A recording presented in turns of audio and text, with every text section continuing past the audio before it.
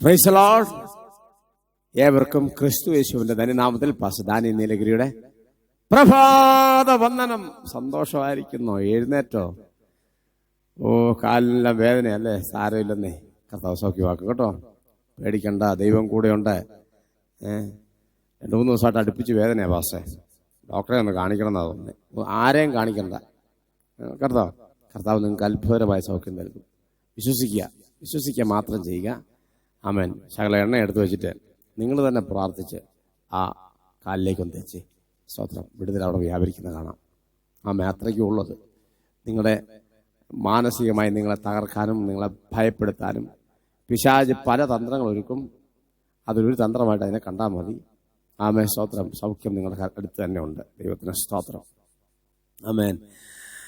നമ്മുടെ രാജ്യത്ത് നിയമങ്ങൾ ശക്തമാണ് അല്ലേ? നിയമങ്ങൾ ശക്തമാണ്. മൃഗങ്ങൾക്കൊരു നിയമമുണ്ട്, മനുഷ്യന് വേറൊരു നിയമമുണ്ട്. മൃഗങ്ങൾക്കൊരു നിയമമുണ്ട്. ഞാൻ താമസിക്കുന്നത് സ്തോത്രം ബന്ദിപ്പൂർ നാഷണൽ പാർക്കിൻ്റെ ഒരു 5 കിലോമീറ്റർ പരിധിക്കകത്താണ് ഞാൻ താമസിക്കുന്നത്.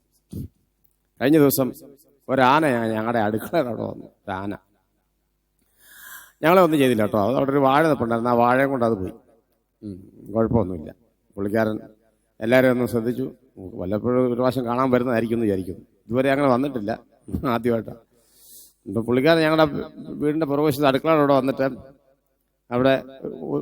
അവിടെ ഒരു ഒറ്റ വാഴ നിൽപ്പുണ്ടായിരുന്നു. ആ വാഴ പുള്ളിക്കാരന് വേണമെന്ന് പറഞ്ഞ് നേരത്തെ ബുക്ക് ചെയ്തിരുന്നാന്ന് തോന്നുന്നു.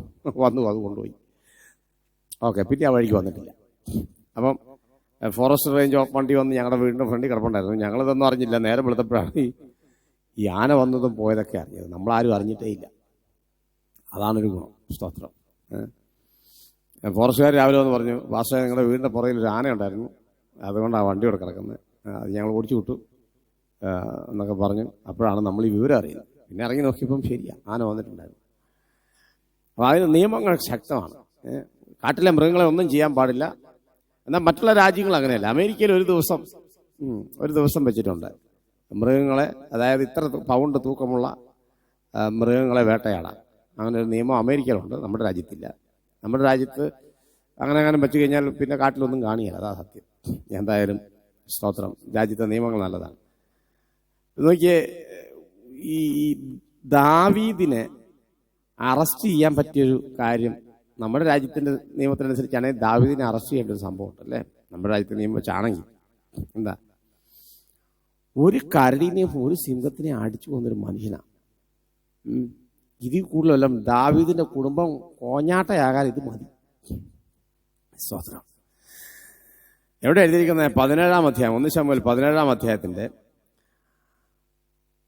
35-ാം വാക്യം 34 മുതൽ ഞാൻ വായിക്കാം. ദാവീദ് ശൗലിനോട് പറഞ്ഞത്, അടിയൻ അപ്പന്റെ ആടുകളെ മേയിച്ചുകൊണ്ടിരിക്കുമ്പോൾ ഒരിക്കലൊരു സിംഹവും ഒരിക്കലൊരു കരടിയും വന്നു കൂട്ടത്തിൽ നിന്ന് ആട്ടിൻകുട്ടിയെ പിടിച്ചു. ആട്ടിൻകുട്ടിയെ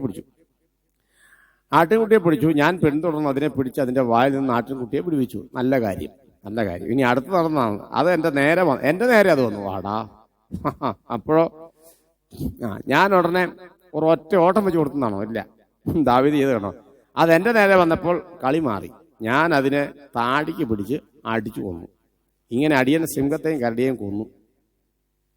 കണ്ടോ? ഈ സിംഹത്തെയും കരടിയെയും ഞാൻ കൊന്നു. നിങ്ങളെങ്ങനെ ഇങ്ങനെ സാക്ഷ്യം പറയുവാണെങ്കിൽ പിറ്റേ ദിവസം രാവിലെ നിങ്ങളെ തേടി അറസ്റ്റ് വാറണ്ട് വന്നിരിക്കും. അത് നമ്മുടെ രാജ്യത്തിന്റെ നിയമം. എന്നാൽ ദാവീദിന്റെ നാട്ടിൽ സ്തോത്രം അപ്പന്റെ ആടിനെ പിടിക്കാൻ വന്ന സിംഹത്തെ ഒരു കോംപ്രമൈസും ഇല്ല ആ കാര്യത്തിൽ. അത് ദാവീദിന്റെ കൈകൊണ്ട് തന്നെ ഇഹലോകവാസം കഴിക്കും. സ്തോത്രം.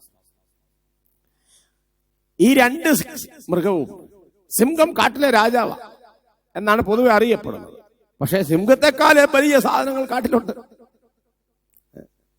സിംഹത്തെക്കാളും വലിയ സാധനം ആന, കാണ്ടാമൃഗം, ഇതൊക്കെ സിംഹത്തെക്കാൾ വലിയ സാധനമാണ്. പക്ഷെ ആ ശൗര്യവും ആ ധൈര്യവും ആ ആരോഗ്യവുമാണ് സിംഹത്തെ മറ്റുള്ള മൃഗങ്ങളിൽ നിന്ന് വ്യത്യസ്തനാക്കുന്നത്. കരടി. സ്തോത്രം. ഞാൻ ഒരിക്കലും ഊട്ടിയിലേക്ക് യാത്ര ചെയ്തുകൊണ്ടിരിക്കുമ്പോൾ റോഡ് സൈഡിൽ 2-3 കരടി നിൽപ്പുണ്ടായിരുന്നു. ഞാൻ അവിടെ വണ്ടി സൈഡാക്കരുത്, വണ്ടി നിർത്താൻ പാടില്ല എന്നവിടെ ബോർഡ് പലയിടത്തും തൂക്കിയിട്ടുണ്ട്. ഇത് കേൾക്കുമ്പം നിങ്ങളോടൊരു കാര്യം കൂടെ ഇതിനകത്തൂടെ ഒരു അനൗൺസ്മെന്റ് കൂടെ ഞാൻ തരികയാണ്. ഞങ്ങൾ താമസിക്കുന്ന ബന്ദിപ്പൂർ വനമേഖലയുടെ അടുത്ത്, ഞങ്ങൾ കൂടല്ലൂരാണ് താമസിക്കുന്നത്. അവിടെ നിങ്ങൾ ബന്ദിപ്പൂർ കാട്ടിക്കൂടെ കർണാടകയ്ക്ക് വല്ലതും പോവുകയാണെങ്കിൽ ഒരു കാരണവശാലും നിങ്ങൾ വാഹനം നിർത്തി ഫോട്ടോ എടുക്കരുത്. അത് റെസ്ട്രിക്ഷനാണ്, അവിടെ ചെയ്യാൻ പാടില്ല. പണം ഒത്തിരി പിഴ നിങ്ങൾ കൊടുക്കേണ്ടതായിട്ട് വരും. വണ്ടി നിർത്തുകയോ നിർത്തി ഫോട്ടോ എടുക്കുകയോ ഒന്നും പാടില്ല. വാഹനത്തിലേക്ക് നിങ്ങളുടെ വണ്ടി കയറിയാൽ പിന്നെ വണ്ടി നിർത്താൻ പാടില്ല, വണ്ടി ഓടിക്കൊണ്ടേയിരിക്കണം. ഒരു കാരണവശാലും നിർത്തി ഞങ്ങൾക്കൊന്ന് ഒന്നിന് പോകണം രണ്ടിന് പോകണം എന്നൊക്കെ പറഞ്ഞ് ഞങ്ങളുടെ റോഡ് സൈഡിലോട്ട് വണ്ടി നിർത്തി പരിപാടി ഒന്നും നടക്കില്ല. അതുകൊണ്ട് അതൊക്കെ വനത്തിലോട്ട് കയറുന്നതിന് മുമ്പേ സാധിച്ചിട്ട് വേണം വനത്തിൽ അതൊക്കെ അതോടെ ഉള്ള റോഡിലൂടെ യാത്ര ചെയ്യാൻ. ദൈവത്തിന്റെ സ്തോത്രം. അപ്പം ശ്രദ്ധിക്കേണ്ട ഒരു കാര്യമാണത്.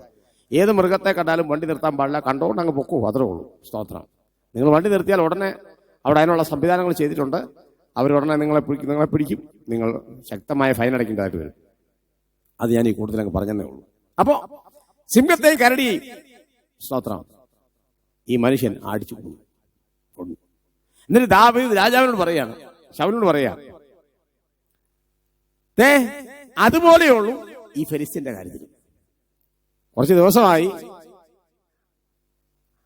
ദൈവത്തിന്റെ മക്കളെ ഭയപ്പെടുത്തിക്കൊണ്ടിരിക്കുന്ന ഒരു വില്ലാതി വില്ലൻ അവിടെ നിൽപ്പുണ്ട്. അവന്റെ പേരാണ് ഗോലിയാത്ത്. ആ ഗോലിയാത്ത് ഫെലിസ്ത്യനെ അടിച്ചു കൊല്ലാൻ, ഫെലിസ്ത്യനെ കീഴടക്കാൻ നേരത്തെ എന്നിൽ പരിശുദ്ധാത്മാവിനാൽ ദൈവം നൽകിയിരിക്കുന്ന ഒരു ശക്തിയുണ്ട്. ആ ശക്തിയുടെ ഒരു 10% പോലും വേണ്ട ഇവിടെ എനിക്ക് കീഴ്പ്പെടുത്താൻ. സ്തോത്രം.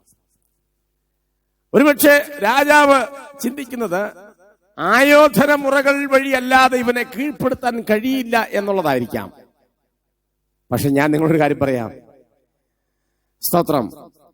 ദൈവത്തിന്റെ എതിരെ നിൽക്കുന്നവനെ കീഴ്പ്പെടുത്താൻ ആയുധമുറകളല്ല വേണ്ടത്, ആരാധനയുടെ മുറകളാണ് വേണ്ടത്. സ്തോത്രം. ആമേൻ. നിങ്ങൾ പരിശുദ്ധാത്മാവിൽ ദൈവത്തെ ആരാധിക്കുന്ന വ്യക്തിയാണോ? ആമേൻ. നിങ്ങളെ തൊടാൻ ഒരു ശത്രുവിനും കഴിയില്ല, ഒരു സംവിധാനങ്ങൾക്കും കഴിയില്ല. നിങ്ങൾ ആത്മാവിൽ പരിശുദ്ധാത്മാവ് അന്യഭാഷയിൽ ദൈവത്തെ മഹത്വപ്പെടുത്തുന്ന വ്യക്തിയാണോ? നിങ്ങൾക്കെതിരെ നിൽക്കാൻ ഒരു ശത്രുവിനും കഴിയില്ല. ദാവീദ് ശൗലിനോട് പറയുക, ഇതാണ് എൻ്റെ ക്വാളിറ്റി, എൻ്റെ ക്വാളിഫിക്കേഷൻ, എൻ്റെ പരിശീലന കളരി. ഉടനെ ശൗലി ഞാൻ ചിന്തിച്ചു കാണും, സിംഹത്തെ അടിച്ചു പോന്നു.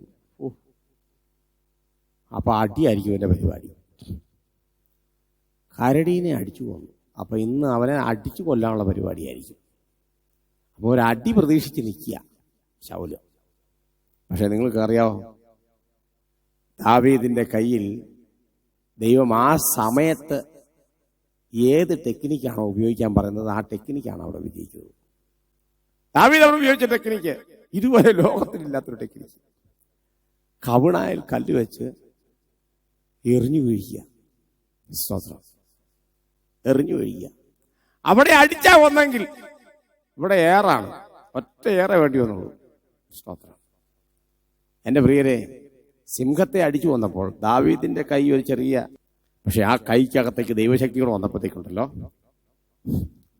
സിംഹത്തിന്റെ നടു ഒടിഞ്ഞു കാണും, ഒറ്റ അടിക്കും. സ്പൈനൽ കോഡ് സിഗ്നല്, തലച്ചോറിലേക്കുള്ള സിംഹത്തിന്റെ തലച്ചോറിലേക്കുള്ള സിഗ്നല് മുഴുവൻ കട്ടായി, ഒറ്റ അടിക്കും. പവർ കട്ട് പോലായി, അനങ്ങാൻ മേലത്തൊരു. അത് തന്നെ കരടിക്കും. എന്നാൽ കവിണയ്ക്കകത്തുനിന്ന് പോകുന്ന കല്ല് ഗോലിയാത്തിന്റെ സ്തോത്രം ശരീരത്തിലെ പവർ മുഴുവനും നശിപ്പിക്കാൻ ഈ ഒരൊറ്റ കല്ല് മതി. മൊത്തം പവറും പോയി താഴെ പോയി. സ്തോത്രം. ആയുധം ചുമന്നു നടക്കേണ്ടി വന്നില്ല. അവന്റെ ആയുധം തന്നെ അവന്റെ ശിരച്ഛേദം ചെയ്യാൻ ദാവീദിന് ഇടയായി തീർന്നു.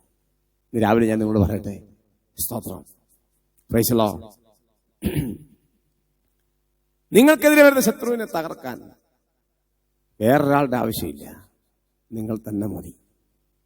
പക്ഷേ ദൈവത്തിന്റെ കൃപയും പരിശുദ്ധാത്മാവിന്റെ അഭിഷേകത്തിന്റെ ശക്തിയും നിങ്ങളിലുണ്ടെങ്കിൽ ഒരു ശത്രുവിന് നിങ്ങളുടെ നേരെ നിൽക്കാൻ കഴിയില്ല. സ്തോത്രം. ഞാൻ നിങ്ങൾക്കൂടി പ്രാർത്ഥിക്കാൻ പോവുകയാണ്. കർത്താവിൻ്റെ ദാസനെ എനിക്ക് ആ ശക്തിയില്ല, എന്നിൽ ആ പവറില്ല, എനിക്ക് ആ ശക്തി വേണം, ആ പരിശുദ്ധാത്മാവിന്റെ ശക്തി എനിക്ക് വേണം നിങ്ങൾ ആഗ്രഹിക്കുന്നത് ഞാൻ നിങ്ങൾക്ക് പ്രാർത്ഥിക്കാൻ പോവുകയാണ്. കണ്ണുകളടച്ചു. പരിശുദ്ധ ദൈവമേ, സ്വർഗ്ഗസ്ഥ പിതാവേ, അവിടുത്തെ പുത്രൻ രക്ഷിതാവായ യേശു ക്രിസ്തുവിന്റെ നാമത്തിൽ ഒരുമിച്ച് ഞാൻ തിരുസന്നിധിയിലേക്ക് അടുത്ത് വരികയാണ്. ഈ വാത്സല്യം സഹോദരനോട് ഞാൻ പ്രാർത്ഥിക്കുന്നു, സഹോദരിക്ക് വേണ്ടി പ്രാർത്ഥിക്കുന്നു. കർത്താവേ, ആത്മശക്തിയാൽ അവർ നിറയപ്പെടട്ടെ. അഭിഷേകത്തിന്റെ ശക്തി അവരുടെ മേൽ പകരണമേ. 2020 പകർന്ന പോലെയല്ല, 2021 അതിശക്തമായ ഒരു ശുശ്രൂഷയ്ക്കായി ആമേൻ. ശത്രുവിന്റെ മേൽ ജയഘോഷം കൊള്ളുവാൻ അതിശക്തമായ ഒരു ദൈവ ആത്മപകർച്ചവരുടെ മേൽ നൽകി കർത്താവ് സഹായിക്കണമെന്ന് പ്രാർത്ഥിക്കുന്നു. ഞാൻ ഹൃദയം തുറന്നവരെ അനുഗ്രഹിച്ച് പ്രാർത്ഥിക്കുന്നു. ആത്മശക്തിയാൽ നിറയപ്പെടട്ടെ. ഒരനർത്ഥവും ഭവിക്കാതെ ദൈവരെ സൂക്ഷിക്കുന്നവർക്ക് സ്തോത്രം. പ്രാർത്ഥന നന്ദി യേശു ക്രിസ്തുവിന്റെ വിലയേറിയ നാമത്തിൽ തന്നെ. ആമേൻ, ആമേൻ. സിംഹവും കരടിയും സ്തോത്രം അഭിഷിക്തന്റെ കൈക്കകത്ത് എരിഞ്ഞാൻ പറഞ്ഞു. അതുപോലെ തന്നെ ഗോലിയാത്ത്. സ്തോത്രം. നിങ്ങൾക്കൊന്നും അസാധ്യമാകില്ല. ദൈവം നിങ്ങളുടെ കൂടെ ഉണ്ടെങ്കിൽ ദൈവം നിങ്ങളെ സമൃദ്ധിയായിട്ട് അനുഗ്രഹിക്കട്ടെ.